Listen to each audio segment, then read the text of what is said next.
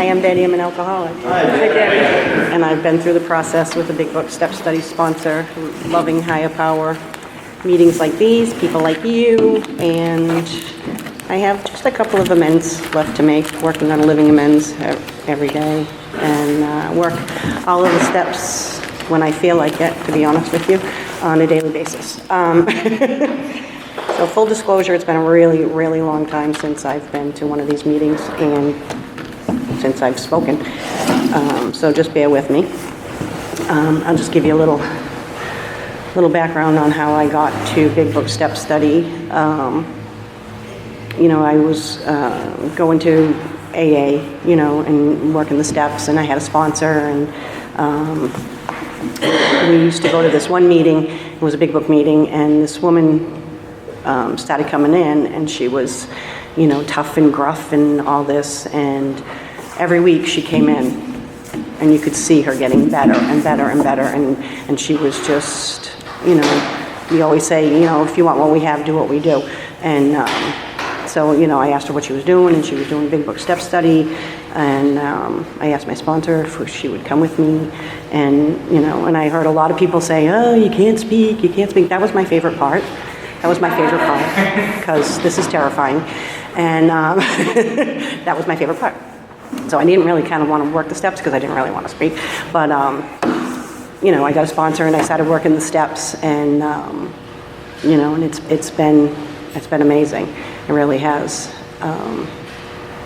And when I was first coming around, when I heard that sentence that says we had to sweep off our side of the street, I didn't feel that I had the right to feel better because of all the horrible things I had done. And I didn't feel like I should be able to sweep off my side of the street. I had a really, really hard time with that when we were doing, you know, like the 12 and 12 and all those meetings. And I just really had a hard time with 8 and 9. And, you know, but when I came here and did my 4 and 5, and saw my part in it, and, you know, and I started to get that more spiritual connection with my higher power. I realized that it wasn't, you know, just to make myself feel better. It was to change the person that I had become. And, you know, and I wanted to change that person. When I came in here and I started doing the work through the Big Book, you know, I really, really wanted to change who I was, and I didn't want to be that person anymore. And I didn't, you know, I didn't want to be selfish, and I didn't want to be hurtful in all those things.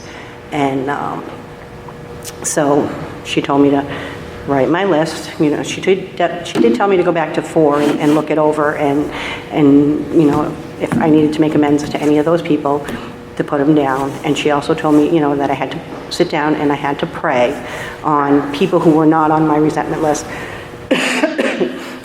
or in my step 4.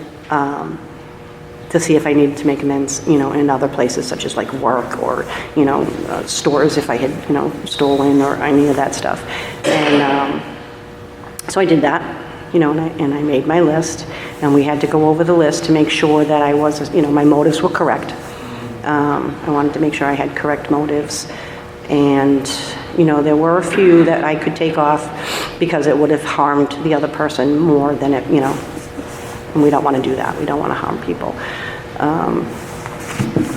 Is that it? Step 8? Or do I have to go in through 9 too? I'm going through 9 too. Because that was my step 8. But, you know, after we did that, and I had worked, you know, I had done all the 12 steps through the 12 and 12 and all that with my sponsor.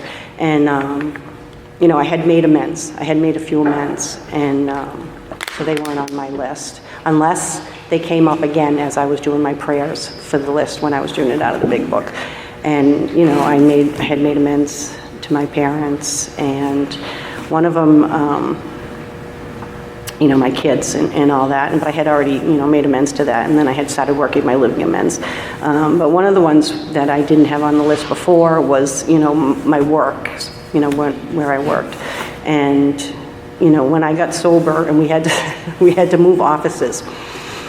And now I thought, you know, I always said, you know, well, I may be an alcoholic, but I go into work every day, I do my job, I never missed a day of work, ever missed a day of work because of drinking. And we had to move desks, and I had in my drawers checks that should have went out work that should have been done that I didn't, like, for years I didn't send these checks out. And, you know, and I realized, you know, that I wasn't a good employee. I wasn't a good employee, and I'm still working there. So, you know, so I had to figure out a way to make amends for that. And another job I had, I would steal things for the kids and stuff like that. And so I had to make amends, you know, I had to, it was like a franchise. So I had to find out, you know, who owned the franchise and you know, make monetary payments to whatever charity they liked, and all these things. And, you know, there's one amends to one of my, you know, that she told me I couldn't do, that I had to take off the list because, you know, it would cause more harm than good. I have one left for one of my kids, and, you know, I just have to wait till he's a little more mature, to get. But I also have to be careful because now I'm working on my living amends, you know, and I'm, like, I was able to be the daughter that I wanted to be while my parents were dying. And I always cry. It's my thing. I always cry. You know, and I was able to be there when my mom was real sick and dying, and I was able to be there when she died. And, you know, and I was able to help when my dad started getting sick at the end. And, you know, and I was able to work those living amends. But I have to be careful that while making my living amends with my immediate family, that, you know, I don't do that servile scraping thing, you know, because I can, you know, you know, yesterday, for example, I was out with my sister and my daughter texted me and said, can you give Haley a ride? And I was like, immediately my thought was, oh my God, Bridget, we have to leave. We have to go right now because I have to give Haley, you know, so I have to say, nope, I can't, I'm out. You know, I can't do it today. You know, and I have to learn how to do that, and I learned how to do that here because I was either a total people pleaser or I was a total bitch. You know, there was no in between. You know, I was either one or the other. And, you know, and now I have to learn the boundaries of those living amends type of things. And, you know, I'm really grateful to be here. COVID and really messed me up. I can tell you that right now. Really messed me up because I am naturally an introvert. Then I could stay home because I had to, and that was nice. And now, now I have to venture out, you know. And I was talking earlier with someone before the meeting, and, you know, it's like, if I don't have any groceries, you know, if I need food in my house or I have to go out to the grocery store, I'll just go, yeah, I got food in the cupboard, you know, because I'm terrified to leave the house now. But so I'm grateful that you asked me to be here because it's getting me out of the house. I'm doing these little steps to get me out of the house, but it has been a struggle. It has been a true struggle to get out of my house and to do things. I'm real comfortable just sitting on the couch. I am, and that's, you know, for 2 years we had to stay in the house and sit, you know, and I'm still working from home, so it's, you know, I'm like, I go from one end of the couch, I start to work, and then I go down the other end of the couch when I'm done. So, like, you know, so I'm just so, it's all God's honest truth. God's honest truth. I don't want to leave my house, and it's, you know, it's these little steps that I'm taking, you know, and, you know, I love to speak in front of people. So here I am doing really hard things, and that's what this program has taught me, you know. I have to do the hard things, and I have to walk through my fears. And, you know, and I could have never, ever done that before. Ever done that before. So I'm truly grateful to be here. Thank you.